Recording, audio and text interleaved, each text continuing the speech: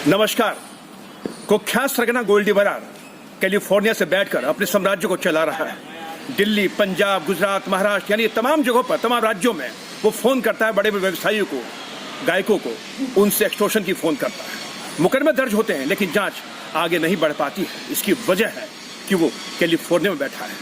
अब सूत्रों से जानकारी मिली है कि अब गोल्डी बरार कैलिफोर्निया में शरण ले सकता है। आज इसी विषय पर हमारे साथ बातचीत करने के लिए मौजूद हैं कानून के जानकार रविंद्र कुमार। इनसे बातचीत करने जानने की कोशिश करेंगे कि क्या जिन हालातों में उसके खिलाफ तमाम मुकदमे दर्ज है, और यहाँ तक कि एनआईए ने उसके खिलाफ यूएपीए के तहत भी मुकदमा दर्ज कर लिया है, तो क्या उसे कैलिफोर्निया में शरण मिल सकती है? सर, आपका बहुत बहुत स्वागत है हमारे चैनल में।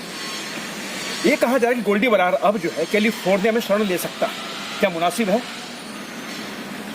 देखिए, कानून की अगर हम बात करें तो अमेरिका, कनाडा और जर्मनी 3 ऐसे देश हैं जिस पर लोगों को कानूनी रूप से शरण मिलने का प्रावधान है, उनके संविधान में लिखा है। और इसीलिए अक्सर जितने भी लोग दुनिया में कहीं भी भागते हैं तो सबसे पहले वो शरण लेने के लिए अमेरिका, कनाडा या जर्मनी जाते हैं। अब आपका ये कहना है कि गोल्डी बरार जो है इस समय कैलिफोर्निया में है और वहाँ वो छुप कर रह रहा है और वहाँ वो शरण मांग रहा है। तो शरण मांगने का एक पैरामीटर है, वहाँ पर एक इमिग्रेशन एंड नेचुरलाइजेशन एक्ट है जिसके तहत जो है शरण दी जाती है। अब अगर अमेरिका की हम बात करें तो अमेरिका में कोरोना के टाइम में 21 सितंबर 2019 से इस कानून को रोक दिया गया था और अब 11 मई 2023 को इस कानून को दोबारा लागू कर दिया गया है। इस कानून के तहत प्रावधान है कि जो भी आदमी अमेरिका में किसी भी पोर्ट पर जाता है, किसी भी एयरपोर्ट पर जाता है और उसके बाद वो 1 साल के अंदर अगर वहाँ शरण मांगता है तो उसको वहाँ शरण लेने के लिए फॉर्म भरना पड़ता है और उस फॉर्म में उसे जानकारी देनी पड़ती है कि वो क्यों शरण ले रहा है।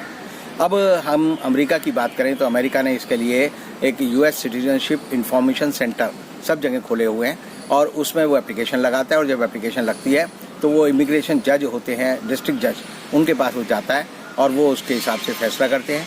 अगर वहाँ उसकी जो एप्लीकेशन रिजेक्ट हो जाती है तो board of immigration appeals her state में बना हुआ है, वो उसका निर्णय करता है और उसके बाद वो केंद्र सरकार, वहाँ की जो अमेरिकन गवर्नमेंट है, उसके पास जाता है। अब गोल्डी बरार के लिए जैसा कि अभी आपने कहा कि एनआईए ने यूएपीए में उसके खिलाफ केस दर्ज किया है, तो जनरली जितने भी लोग वहाँ पर शरण लेने जाते हैं अमेरिका, वो बताते हैं कि उनका राजनीतिक उत्पीड़न करा जा रहा है, धर्म के आधार पर, जाति के आधार पर, नस्ल के आधार पर, उनकी राजनीतिक गतिविधियों के आधार पर, या वो किसी ऐसे गुट का समर्थन करते हैं जिसकी वजह से उनको सताया जा रहा है और वो अपनी जान बचाने के लिए अमेरिका आए हुए हैं। अब तक अमेरिका में जो राजनीतिक शरण है, अगर हम डाटा के हिसाब से देखें तो 2014 से लेकर 2019 तक 22,000 भारत के लोगों ने शरण की मांग की थी। उनमें से 667 लोगों को अभी तक सिर्फ शरण मिली है, बाकियों के आवेदन जो है रिजेक्ट हो गए और उनको वो शरण नहीं मिली। अब अगर हम गोल्डी बरार की बात करें तो गोल्डी बरार का नाम जो है सिद्धू मूसेवाला के मर्डर में भी आया। उन्होंने ट्विटर पे भी कहा कि इस तरह का हमने मर्डर किया है और उसके साथ लॉरेंस बिश्नोई का भी नाम आया। और इन सब बातों को देखकर अगर हम कहें कि यूएपीए के तहत अगर उसका नाम अब बुक हो गया है और जैसा कि आप कह रहे हैं कि वो लोगों से फिरौती मांगता है, इसका मतलब वो एक्टिव टेररिस्ट है।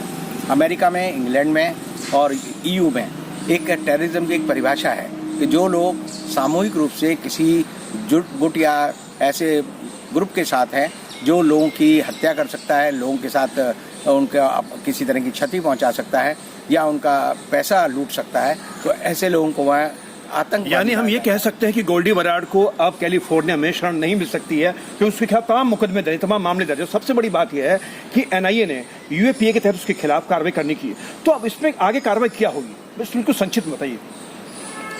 इसमें जब उसकी ये अटॉर्नी, जो वहाँ पर डिस्ट्रिक्ट अटॉर्नी होगा अमेरिका में, वो एक बड़ा अफसर होता है जो सरकारी तौर पर, जैसे हमारे पीपी बोलते हैं, पब्लिक प्रोसिक्यूटर बोलते हैं, स्टैंडिंग काउंसिल बोलते हैं, वो इसकी एप्लीकेशन पर अपने विचार रखेगा। भारत सरकार का जो वहाँ पर दूतावास है वो इस पर अपने जो अधिकारी के थ्रू जो एनआईए की अपनी मांग है वो वहाँ रखेगा और अपनी केस की पैरवी करेगा। अगर भारत सरकार अपने केस की पैरवी सही तरीके से करती है तो मेरा मानना है कि गोल्डी बरार की एप्लीकेशन जो है हर हाल में रिजेक्ट हो जाएगी। चलिए सर, आपका बहुत बहुत धन्यवाद। कुख्यात सरगना गोल्डी बरार, लॉरेंस बिश्नोई का भाई अनमोल बिश्नोई, ये तमाम ऐसे लोग हैं जो विदेश से बैठकर अपना धंधा चला रहे हैं। देश में बैठे लोगों को धमकियां देते हैं लेकिन जांच आगे नहीं बढ़ पाती है।